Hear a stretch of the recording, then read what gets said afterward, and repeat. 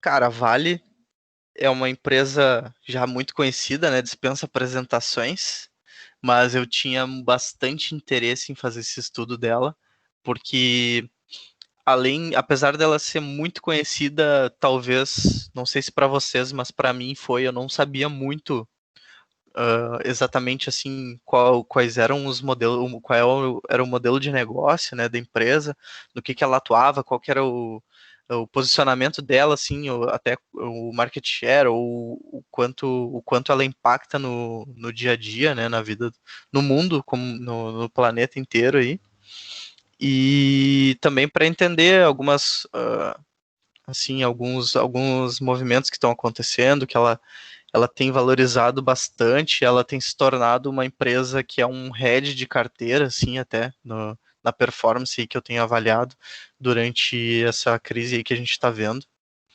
Aí a gente vê porque ela tem uma receita muito forte em dólar, praticamente quase tudo que ela fatura é em dólar, e ela está muito exposta a commodity e é tudo dolarizado. Então, ela é uma empresa bem estratégica, assim, para se ter na carteira. Eu acho que é bem interessante e ela é bem dominante, assim, tá? E eu tinha bastante curiosidade de fazer esse estudo dela. E, na real, eu fiquei muito surpreso até estudando. Eu até queria ter feito essa apresentação. A gente vai ver que ela vai ser bem longa, tá? Mas eu espero que não extrapole muito tempo, mas ela vai ser longa no sentido de também muita informação. O RI delas, o site de RI dela, eu fiquei surpreso assim com a quantidade de informação. Ele é muito bom. Me deu até prazer de ficar lendo aquele site, sabe? Tipo, foi o primeiro site de RI que eu fiquei feliz lendo, assim, sabe? Porque eles colocam muita informação interessante e eles me deu uma impressão assim de ser bem transparente, sabe? Mesmo que a gente sabe, quando a gente fala da empresa, meio que liga já as tragédias, né? A corrupção, sei lá, que eles não dá para dizer que a corrupção é muito forte de dizer, mas aos escândalos e das barragens e tudo mais, né? Mas ela tem também, e eu quase não explorei muito ainda, mas ela tem toda uma área no setor de RI dela que é de transparência e de ESG, né, a parte de sustentabilidade e tudo mais. Então eles estão realmente, de fato, eles estão num movimento bem forte assim de transparência, de governança e tudo mais, assim, eu tenho gostado bastante. Então, um pouco do resumo, né? A gente vai falar um pouquinho da história. Vai ser pouco, bem pouco mesmo da história. Eu não quis aprofundar muito, porque senão a gente ia falar basicamente da história do país aí, que tem muita gente que fala que a Vale, a história da Vale meio que se mistura com a história do Brasil, de tão antiga que ela é, e aí por passar por vários governos também. Então, eu vou falar bem brevemente um pouquinho da história ali. E, na verdade, mais no passado ali, mais no início na originação da empresa, na fundação dela. Eu vou explorar um pouco mais no detalhe os negócios dela, quais os negócios que ela faz, que ela faz, o que ela opera, o que ela extrai, o que ela produz para vender para os outros, tá? Depois aí mais a parte voltada aos fundamentos, voltada ao investimento mesmo, que vai ser a parte de governança, fundamentos, um pouquinho do setor e o comparativo, né? Além das movimentações ali no final.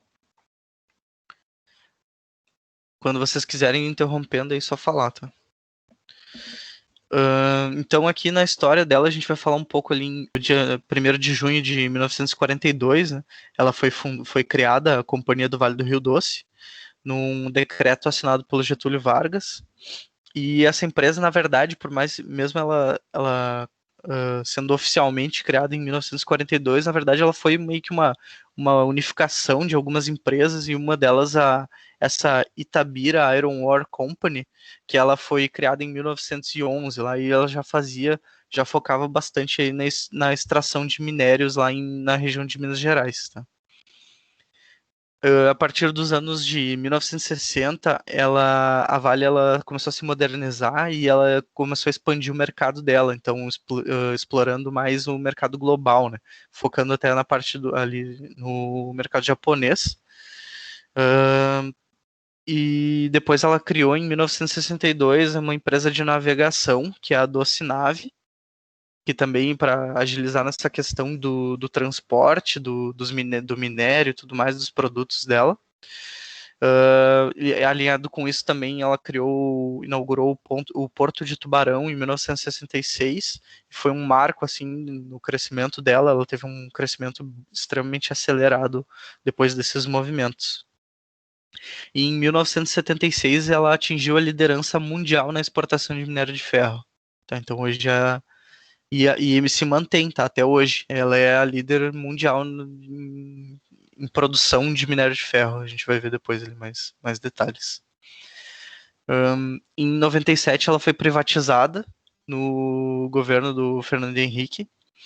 E em 2007 daí ela foi renomeada ali, né? O nome fantasia, o nome da empresa virou Vale SA, que é de uma empresa de capital aberto hoje, né? Ela é uma empresa privada de capital aberto, operando em 13 estados brasileiros e nos 5 continentes. Então é uma empresa global. E um outro fato ali, mais uma curiosidade também, né? Não está muito ligado à história, mas ela possui mais de 10 mil quilômetros de malha ferroviária e 9 terminais portuários próprios. Aqui, então, daí a gente começa a falar um pouco dos negócios, tá? Então, ela atua, na real, em vários segmentos, e um deles é a mineração, tá? Então, daí na mineração, ela extrai diversos minérios aí, específicos, que a gente vai entrar um pouco no detalhe de cada um deles. Um deles é o minério de ferro e Pelotas, tá? Quando fala Pelotas, na verdade é tudo a mesma coisa, pelo que eu entendi. A pelota, na verdade, são pequenas bolinhas de minério de ferro que vão ser usadas na fabricação do aço, tá? Então é tudo minério de ferro. E aí, como eu falei, ela é uma matéria-prima essencial para a fabricação do aço. É encontrado na natureza na forma de rochas. E o foco dela é ser vendido, né? O objetivo é vender esse minério para indústrias siderúrgicas, tá? Então, e aí isso vai ser utilizado em vários produtos, em vários tipos de produção, né? Construção de casas, fabricação de carros, eletrodomésticos e muitos outros exemplos. Então, ela tem uma demanda muito forte globalmente, né? Por esse minério que é utilizado em vários equipamentos, em vários produtos. A Vale ela é a maior produtora mundial de minério de ferro e Pelotas, e as minas delas, a maioria delas, né, tá bem concentrado no Brasil.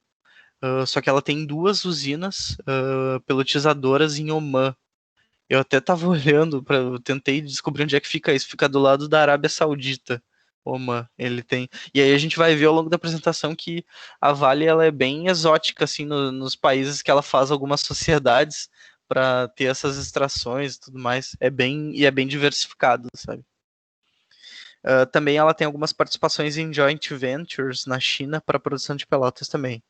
Que as joint ventures vão ser. Pergunta. Diga. O que que é Pelotas? Não sei se tu falou e eu perdi. Sim, falei. Mas eu repito, de boa.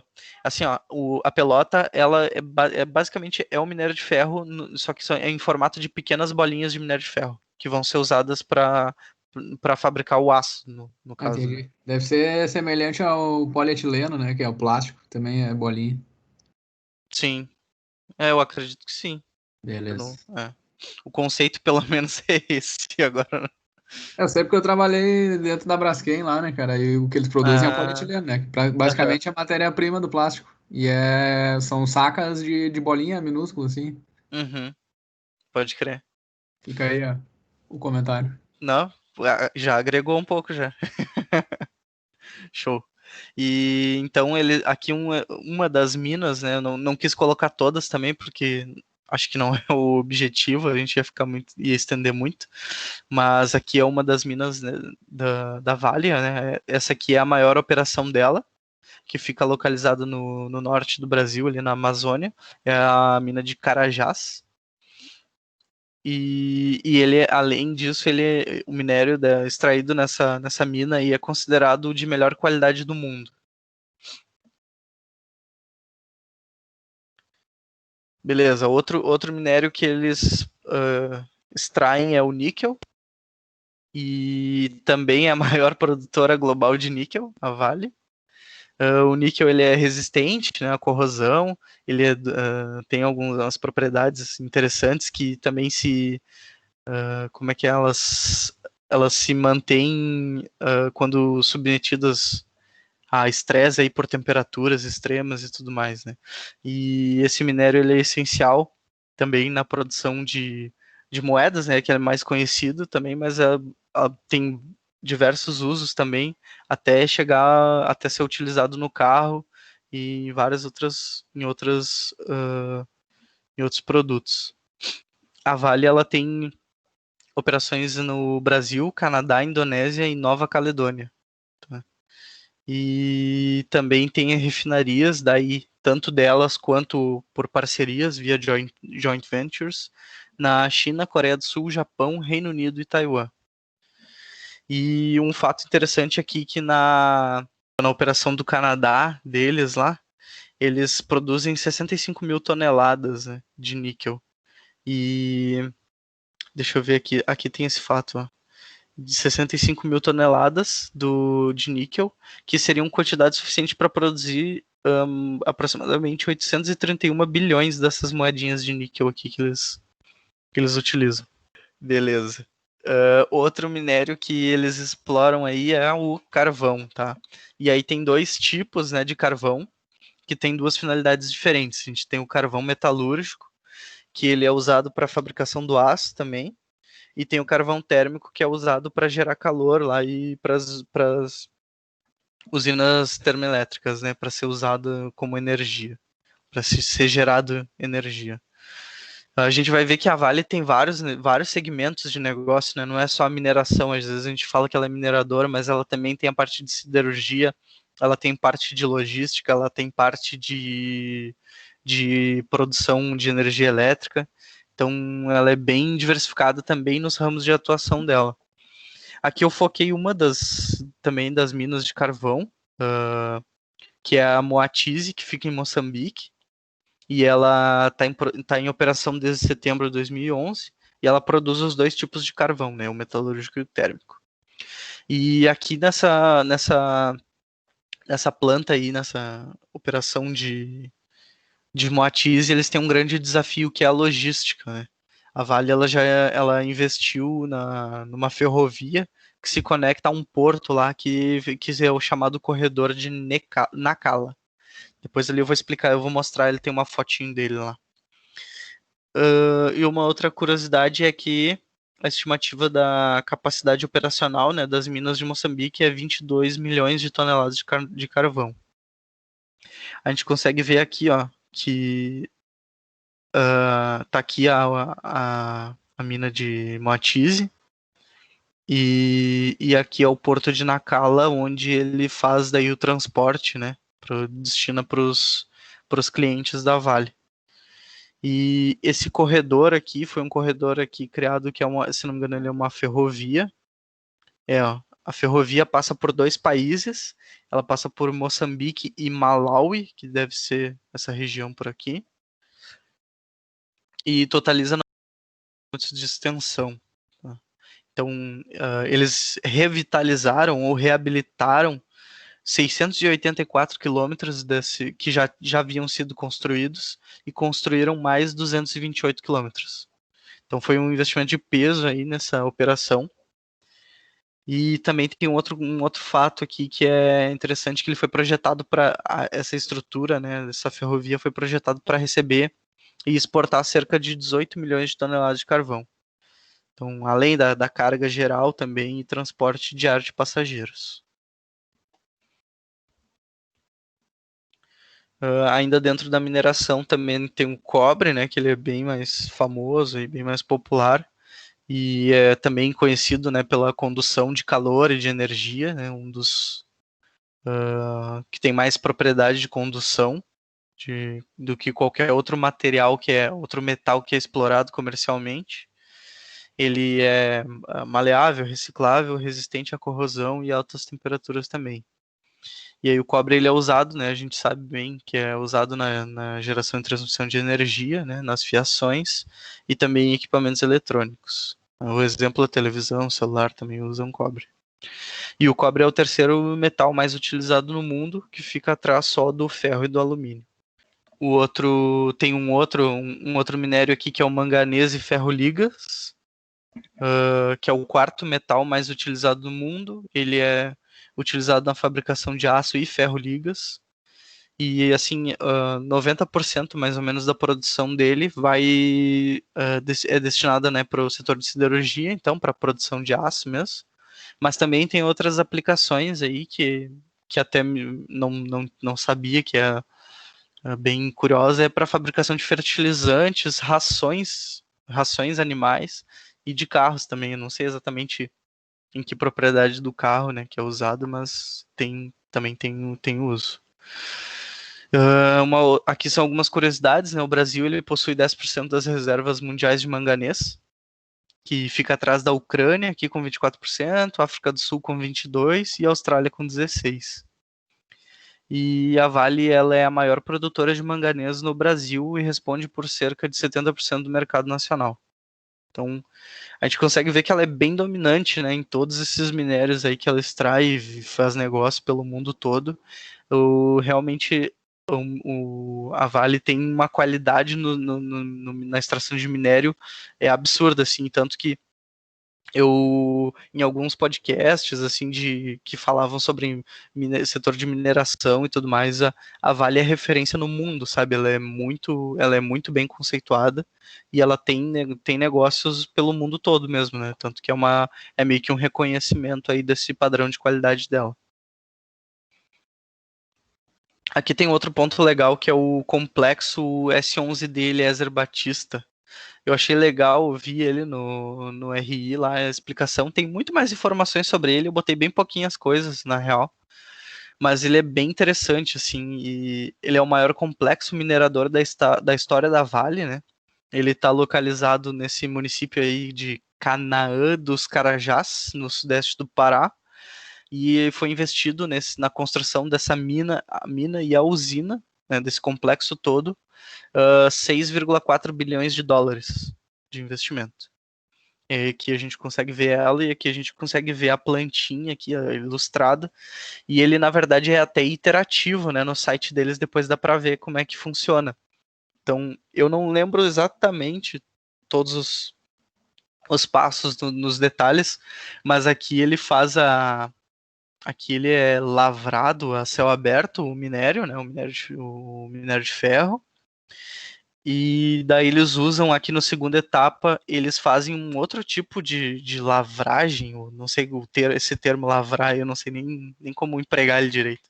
Mas daí tem várias tecnologias, ela também é bem moderna, questão de tecnologia, que eles usam equipamentos que é o sistema truckless, tem uns drones, tem um monte de equipamento que eles utilizam para monitorar e para automatizar esses processos também de lavragem. Depois que eles fazem isso, eles carregam nesse setor de transporte aqui, que ele vai trazer o minério para a usina. E aqui na usina, ele usa um termo que é de beneficiar. O minério ele é beneficiado à umidade natural. E aí aqui tem tudo uns conceitos de engenharia bem louco aqui, porque daí por ser do jeito que ele foi construído, ele não precisa ser umedecido com água assim de forma intencional. A umidade natural da usina já faz toda a beneficiação do minério. Então eles, com essa nova tecnologia que eles adotaram, eles reduziram assim tipo absurdamente 93% do consumo de água deles, sabe? Então foi um negócio bem interessante até de entrar a fundo. Eu não entrei muito a fundo, mas vendo superficialmente já é bem da hora, sabe? E depois disso, daí ele é carregado aqui na malha ferroviária deles para ser levadas até o terminal. Depois que é carregado, chegado aqui no terminal minério, ele é embarcado aqui nos naviozinhos. E isso é tudo da Vale, então tipo não tem terceirização de nada, é tudo deles. Então tanto a parte ferroviária, a parte logística de ferrovias quanto os navios. E daí eles partem para o destino que é para levar para os clientes, né? Para os clientes da Vale. Aí aqui, daí eu não vou entrar tanto nos detalhes. Oriel, uma pergunta. Oi, Então diga. eles não fazem mineração nem de prata nem de ouro? Não, não. Tá, beleza. É exatamente aqueles ali, né? Carvão, minério de ferro, cobre, níquel. Uhum. Basicamente essas aí. Mas aqui a gente não vai entrar tão a fundo, até por questão de tempo também, também não consegui explorar muito, mas até para não ficar muito maçante. Mas aí os outros negócios que eu comentei, né, que é logística deles. Então, a Vale ela tem uma rede logística que envolve as minas, as ferrovias, navios e portos, tá? E essa infraestrutura deles toda, né, em países lá como Brasil, Indonésia, Moçambique, Omã, Malásia e China. Então, e aí dentro dessa parte de logística eles têm a parte de ferrovias, né? Fazendo uma segmentação aqui, e eles operam com cerca de 2.000 quilômetros da malha ferroviária no Brasil. E também eles têm alguns acordos para usar a utilização das linhas na África. E, e daí é um dos diferenciais competitivos. A gente estava vendo também aquela questão do, daquele canal ferroviário que eles criaram, né, para ser um diferencial competitivo de 900 quilômetros de ferrovias aí para fazer o transporte das cargas. Eles também têm portos e terminais. Aqui eu coloquei uma fotinha com todos os portos e terminais deles e a gente consegue ver que é bem diversificado. Tem Porto de Tubarão, tem terminal de Ponta Madeira, em vários locais no Brasil. Em Oman, aqui eu acho que é o de. Essa bandeira eu não sei o que é. Mas várias outras bandeiras aqui. E então eles têm vários portos e terminais também. Aqui tem os países, ó, Brasil, Indonésia, Malásia e Omã. Também tem a parte de navegação, né? Eles têm os navios próprios que eu tinha comentado antes ali. E aqui é um pouco da frota deles. Também não sei no detalhe qual o destino, assim, a funcionalidade de cada um deles, no que é usado cada um deles. Mas tem vários estilos aqui, um rebocador, Vale Max, Capsize e Civelock. Eles também são responsáveis pela produção da energia de consumo próprio deles, né? Mas eles não conseguem atender 100%, né, do que eles exigem de energia. Se a gente for ver aqui, ó, a geração de energia própria deles atende 54% do consumo deles. E a gente vai ver por que eles não conseguem atingir 100%, porque o consumo de energia da Vale ele é imenso. E ele representa, aqui ó, a Vale representa cerca de 2% de todo o consumo de energia elétrica do país. Imagina uma empresa responsável por 2% do consumo de energia elétrica do país, sabe? Então, é por isso que ela não consegue atender todo o consumo, a necessidade de consumo que ela tem, né? Investe em Vale em alguma elétrica e tu faz o dinheiro infinito. Aham. Pior, né? O ciclo ali. Certo. E pior que isso daí é uma coisa interessante de descobrir qual é a empresa que tem parceria com ela ali, né? Não sei se são várias, deve ser várias também, né? Porque ela tá bem distribuída pelo país. Mas ela deve, boas empresas aí de energia devem faturar, devem ter uma parceria interessante com a Vale. E é bem provável que o Magerdal da vida também seja cliente dela, né? Sim, pois é. E aí também ela tem a parte de siderurgia, que também não teve tanta informação assim, mas ela aqui na siderurgia ela atua mais em parceria no formato de joint ventures, que daí tem um exemplo da usina ThyssenKrupp aqui. Não sei se é assim que se fala também, mas né, ThyssenKrupp. É a é, mesma dos elevadores. é. Ele tem a companhia siderúrgica aqui, ó, ThyssenKrupp. E é uma das maiores e mais modernas siderúrgicas do mundo. Beleza, aqui saindo um pouco agora do modelo ali de atuação dela, vamos falar um pouco da governança. Aqui, né, a gente já Legal, está antes bem. de começar, eu acho Opa, que eu tenho uma dúvida ali. diga. Como que funciona, tipo, ela é uma empresa que faz extração de minérios, né? Uhum, Como que funciona isso? Ela tem um acordo com o governo, assim, porque, tipo, ela está extraindo coisas da natureza, né? Com isso, está tendo um impacto diretamente, assim, na, uhum. na, na natureza. É, eu não sei como que ela faz para uma ação para minimizar esse impacto, entendeu? Uhum. Se isso existe, como é que funciona isso? Porque no lado assim dos investimentos eu vejo que as empresas que vão ter um diferencial, né, no futuro são empresas que cuidam diretamente dessa parte do meio ambiente, né?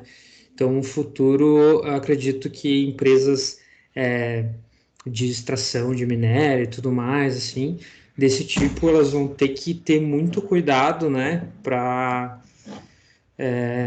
porque nós estamos aí vivendo num mundo de aquecimento global e tudo mais, né? São várias as notícias que a gente vê diariamente aí, e que isso Sim. pode afetar na empresa, né? Nos resultados. Uhum. Até Sim. restrições de governos, né? Por exemplo, como ela atua mundialmente, né? E isso Sim. pode afetar diretamente, né, nos resultados. E queria saber se tem alguma coisa assim que ela faz para minimizar esse impacto. Sim. Show. Excelente a tua dúvida. E assim, que nem eu falei, eu vou retomar o que eu falei lá no início, que como eu fiquei surpreso com o site de RI deles, tá? Então, tem no site de RI deles, e aí eu não consegui explorar todo ele, mas eu consigo te afirmar que tem, sim, essa preocupação, tem essa fiscalização, esse tipo de controle sobre o impacto que a empresa tem no meio ambiente. E tem uma área que é a parte de sustentabilidade no RI deles, que é imensa, que tem muita informação, e eles disponibilizam todo ano um relatório de sustentabilidade com alguns dos indicadores, né? E aí eu tô olhando rapidão aqui, enquanto tu estava fazendo a pergunta, eu entrei no site da RI, eu consigo ver daí alguns dados, né? Como eu não consegui explorar isso aqui, cara, eu tô vendo os assuntos que tem nesse site de RI deles, da parte de sustentabilidade, dava uma outra call dessas aqui inteira, tá? Só para tu ter uma noção. Mas aí, assim, ó, e aí eu tô vendo aqui, ó, os temas que eles abordaram no relatório de sustentabilidade.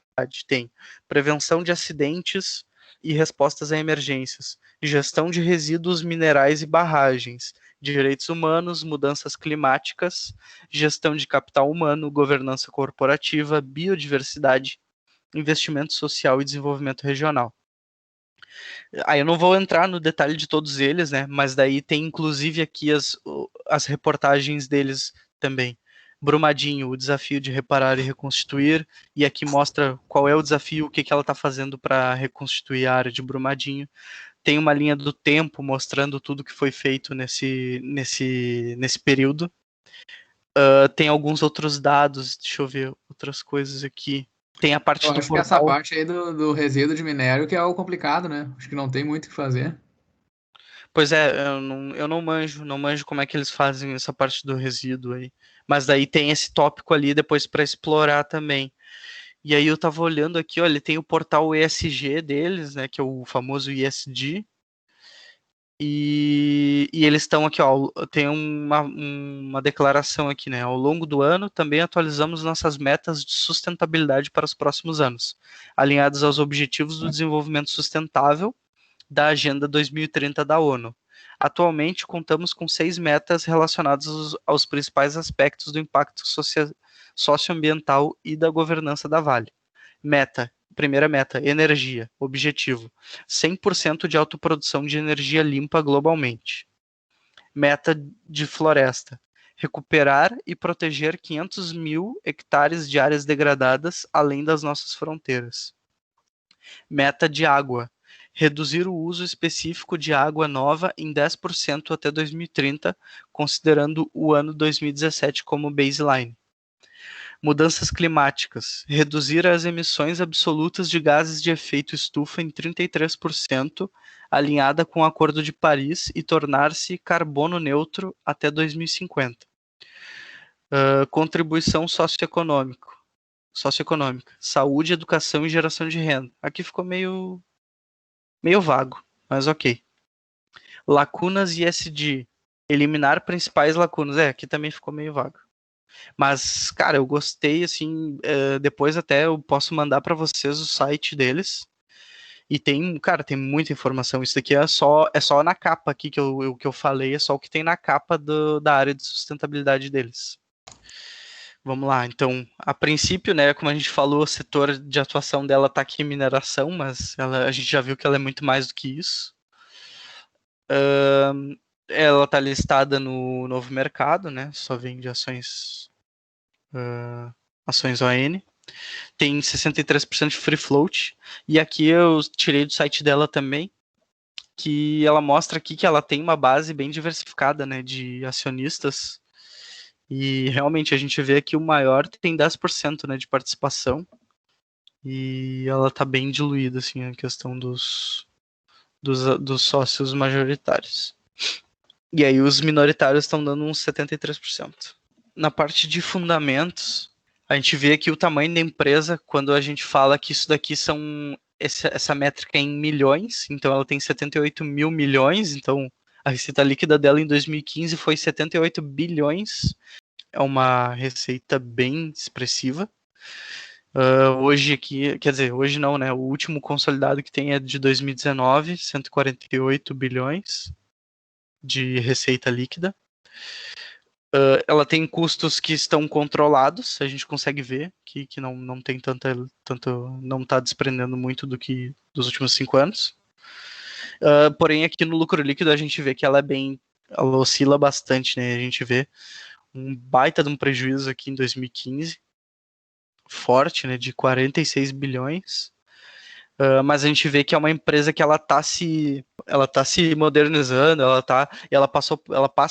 passou e passa por problemas, né, dessas questões das barragens e tudo mais, assim, então com certeza tem coisas para melhorar e tudo mais, mas eu vejo que é uma empresa que tem um baita potencial, né, até porque, cara, uma empresa que fatura o que ela fatura, ela, assim, tem que fazer muito errado para dar errado, sabe? Para não dar certo, tem que fazer as coisas muito erradas.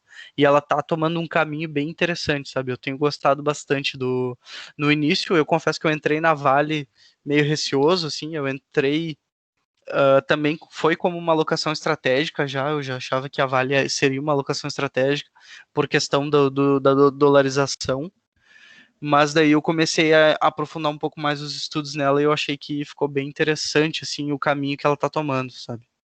E ela tá com projeções, perspectivas mesmo de crescimento, de valorização da empresa que estão bem interessantes, sabe? E mesmo com os desastres que teve nesse aqui, que ela teve esse prejuízo de 8 bilhões, foi bem referente à questão de Brumadinho e tudo mais. E aí a gente vê que agora em 2020 ela já está reportando lucro bem interessante. Até eu tinha visto hoje eu recebi num canal que eu tenho do Telegram sobre os resultados dela e mostrou que ela praticamente dobrou o lucro líquido dela. Então, mesmo com essas questões aí que ela teve que pagar muitos danos, né, tanto para as famílias como para a operação toda de Brumadinho, né, então ela teve um prejuízo bem grande. E aí a gente consegue ver nesses anos de dificuldade dela, né, além do prejuízo, a gente vai ver margens negativas aqui também, porém nos anos em que ela opera de forma saudável, a gente vê que ela tem umas margens interessantes já, ela não trabalha com uma margem tão estreita. E ela tem o EBITDA dela é muito forte aqui, né? 23 sempre, e tá sempre num patamar interessante aqui de 16 a 20 milhões, 20 bilhões até uns 60 bilhões. As margens EBITDA são muito boas, muito expressivas aqui também. O endividamento dela é alto, porém, se a gente for ver até aqui na métrica, o negocinho tá na frente. Mas a gente vê aqui na dívida líquida sobre o EBITDA, tá bem controlado ali, 0,82. Então não tá o endividamento alto. E a gente consegue ver aqui ao longo dos anos também, eu já estava aqui olhando aqui. A dívida líquida sobre o patrimônio ainda fica menor ainda, então ela tá controlada a questão da dívida. Aqui no EBITDA de 2019, a dívida líquida sobre o EBITDA ficou um pouquinho maior, mas também ainda nada muito absurdo. E ela tem um ROI interessante também, com exceção desses anos bem conturbados que ela passou. Mas daí a gente consegue ver aqui no agregado dos últimos 12 meses, e esse aqui é sem o resultado desse trimestre, né, que lançou ontem, se não me engano, eles lançaram o resultado. E aí eles estavam com aqui um EBITDA de 42 bilhões, bem interessante. Aqui, deixa eu ver o que mais. O lucro líquido está em 3,7 bilhões, também já tá bem interessante, está tentando voltar a algum desses patamares aqui de... Não, acho que nesse ano talvez não chegue nesses aqui, por estar bem distante, né? Mas até depois a gente vai ver nas perspectivas, talvez ela volte a chegar nesses patamares aqui de lucro líquido de 15 a 25 bilhões. O ROI aqui já saiu do negativo, tá baixinho, mas é esse movimento aí de recuperação dela, eu acho que é normal isso. E também a margem tá bem estreita aqui também. Cara, mas a título de curiosidade mesmo, mas eu acredito que tu não vai ter aí. Eu vi que ali em 97, que eu acho que ela foi privatizada, né, no governo do Fernando Henrique, tu não tem uma base assim de como que eram os fundamentos ali, de alguns indicadores dela antes, se ela dava muito prejuízo e aí talvez por isso que foi privatizada, ou se ela ainda se mantinha em crescimento e mesmo assim foi privatizada, tu sabe dizer mais ou menos? Não, mas vamos dar uma olhada aqui. Eu vou dar uma olhada se tem. Vou olhar Pois rapidão. é, né, cara? Porque É daí que, é que uma esse. empresa boa, assim, né? Tipo, Aham. é uma empresa líder no mercado aí dela, e a gente não é nossa, né? Sim. É que é o seguinte, né? É que ela é de 97, mas ela abriu o capital em 2007. Então a gente não tem essas informações Sim, públicas. sim. Talvez aí para saber, não sei, para descobrir, não tenho ideia como faria Uhum. assim, sabe? Sim. Mas daí a gente não tem muita informação. Mas daí aqui eu separei um pouco mas eu imagino, tá? Conhecendo o nosso estado, eu imagino que ela era ruim. Essa percepção que eu tenho, né? Ela devia ser bem ruim e ela foi privatizada e ela deve ter melhorado muito. Então eu acho que é isso. Provavelmente. Mas tô chutando. É um chute, né? Mas olha só, a gente consegue ver. Isso aqui eu achei interessante, tá? A volatilidade histórica da Vale. Tipo, a volatilidade é o beta, tá? Tem um indicador que se chama o beta, que ele mede a volatilidade de um ativo em relação ao índice referência dele, de mercado. Então, o índice referência é o Ibovespa, né? O Ibovespa tem um beta aqui que é X, por exemplo, e a Vale tem um beta Y. E a gente consegue ver que eles estão bem distantes. Ou seja, eles têm uma correlação assim bem interessante no sentido de Ibovespa sobe, a Vale sobe 5x. O Ibovespa cai 1x, a Vale cai 5x, sabe? É meio que ela tem um nível de volatilidade de risco maior que o índice. Então, é mais para ter uma percepção e saber o quanto de volatilidade tu vai ter de um ativo na tua carteira, né? Imagina que se tu tem uma carteira que só tem ativos aqui no vermelhinho, né? Que é a volatilidade do ativo. Tu vai ter uma carteira muito volátil, sabe? Então, tipo, imagina tu com uma carteira só de Vale na crise. Tipo, cara, o Ibovespa caiu 30%, a tua carteira vai cair uns, sei lá quanto, sabe? Mas ela vai ser bem mais volátil que o índice. Então, ela pode ter uma performance bem, digamos, ela é bem alavancada devido às proporções, tanto para cima quanto para baixo. Tá? Uma nesse sentido que eu tenho também, que aqui é a PetroRio, por exemplo. A PetroRio tem uma volatilidade bem alta, talvez mais do que a Vale. Mas daí a gente vê aqui que nos últimos 12 meses, por exemplo, ela está com uma valorização dos 40%, né? E eu acho que ela também, além dessa volatilidade alta, ela tem essa correlação, assim, no sentido de o Ibovespa tá em alta e a Vale tá caindo, porque ela meio que ela serve também como um hedgezinho ali, um seguro da carteira, por estar dolarizado, então e normalmente a gente tem essa distinção aí de dólar subindo, bolsa caindo, bolsa subindo, dólar caindo. Então também tem esse sentido.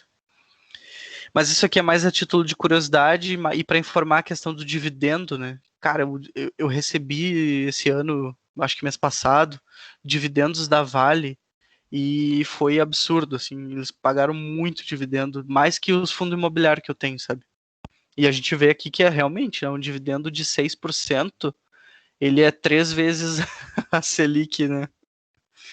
Então ele tá bem interessante esse dividendo dele, aqui também mostrando um pouquinho dos históricos de dividendos. Aqui ele pagou uns e tu viu que aqui, ó, em 2020, os dividendos não estão fazendo nem cócega do que foram os dividendos de 2001 e 2003, né? Então bem mais altos, sabe? E já foi super bom esse dividendo de 2020. Mas é mais a título de curiosidade, isso aí. Passando agora então para o setor, né? Tá meio que alguns números do setor de mineração, né? Em 10 anos, esse setor aí de extração mineral se desenvolveu 550% no país. A gente tem mais de 3 mil minas espalhadas no território nacional e o Brasil é um dos 5 maiores produtores de minerais do mundo. Em 2018, as vendas, né, do setor de mineração elas somaram 49,7 bilhões de dólares e as importações 26,4 bilhões. E esse segmento aí de mineração ele respondeu por quase 21% da balança comercial do país. Tá? Para tu ver a representatividade do setor, né? A área responsável por o setor de mineração é responsável por mais de 2,2 milhões de empregos indiretos. Aqui eu até tinha visto tenho bastante material sobre as perspectivas e tal. Depois até eu posso mandar o link para vocês se vocês quiserem. Mas eu vi uma reportagenzinha aí, um artigo lá da XP sobre as perspectivas, né, do setor de mineração, e ele está muito ligado à China, tá? Eles estão, assim, tá totalmente ligado à China, porque a China, hoje, a exportação da Vale, se eu não me engano, 60% da exportação da Vale é China hoje. Então, e, assim, gera uma dependência muito forte, mas também que é inevitável, sabe? Porque não tem como... A China, ela tem uma demanda por aço, por minério de ferro, muito grande e que a demanda global hoje não supre ela se a gente tirasse o Brasil, sabe? Então, a Vale é super importante hoje para a China, porém sempre tem esse risco de repente a China não querer ser tão dependente, sabe? Tanto que a China está fazendo negociação com outros países, eu não lembro exatamente qual país da África, que eles estão negociando, eles estão produzindo lá, então tipo a China está investindo muito dinheiro neles para eles serem um dos produtores. Eu não lembro exato se era por caso do, talvez eu esteja confundindo o minério com também a produção de carne bovina, né? Porque eles têm essas duas dependências muito fortes, tá, para o Brasil, que é na questão do minério e na questão da carne na produção bovina. E aí a China está com algumas ações para esses dois cenários de talvez de não ser tão dependente do Brasil para isso. Mas assim, as perspectivas do setor de mineração, mesmo assim, aqui da XP, eles estão bem esperançosos e achando que isso tende em 2021 e 2021 e 2022 ter uma alta bem interessante. Aí a gente consegue ver aqui alguns gráficos, né? Por exemplo, o de estoque de aço na China, que a gente consegue ver que ele está em queda, ele não está nos maiores patamares que a gente tem. E a gente consegue ver aqui em 2019 que a queda é um pouco menor, mas ele está num nível baixo de estoque de aço. E aqui o consumo aparente de aço na China também, que daí a gente vê aqui o consumo aparente de aço e absoluto, eu acho. E aqui é uma média dos 12 meses, então a gente consegue ver que é uma tendência de alta de consumo de aço, além desse gráfico aqui que é a oferta e demanda de aço na China, versus o preço do minério. Então a gente vê aqui que esse aqui é balanço de oferta e demanda, ele está baixando, que é assim, digamos que ele não está tão discrepante, e o preço do minério de ferro ele está aumentando. Tá? Então, e talvez esse preço aumentando seja já por causa desse movimento aqui de redução do balanço entre oferta e demanda, e talvez isso possa voltar a aumentar também.